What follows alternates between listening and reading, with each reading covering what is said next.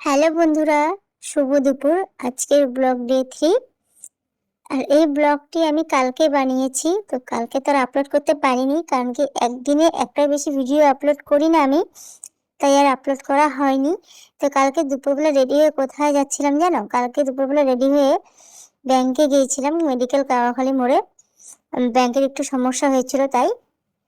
তো এটা রাস্তা দেখে কেউ চিনতে পারছে? বলো তো এটা কোন রাস্তা? জানো তাহলে অবশ্যই কমেন্টে জানিও।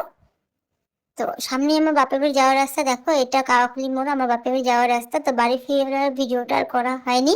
তো সন্ধ্যাবেলা নিজের জন্যই চা বানিয়ে একাই খেয়ে নিলাম, যেহেতু বাড়িতে কেউ ছিল না।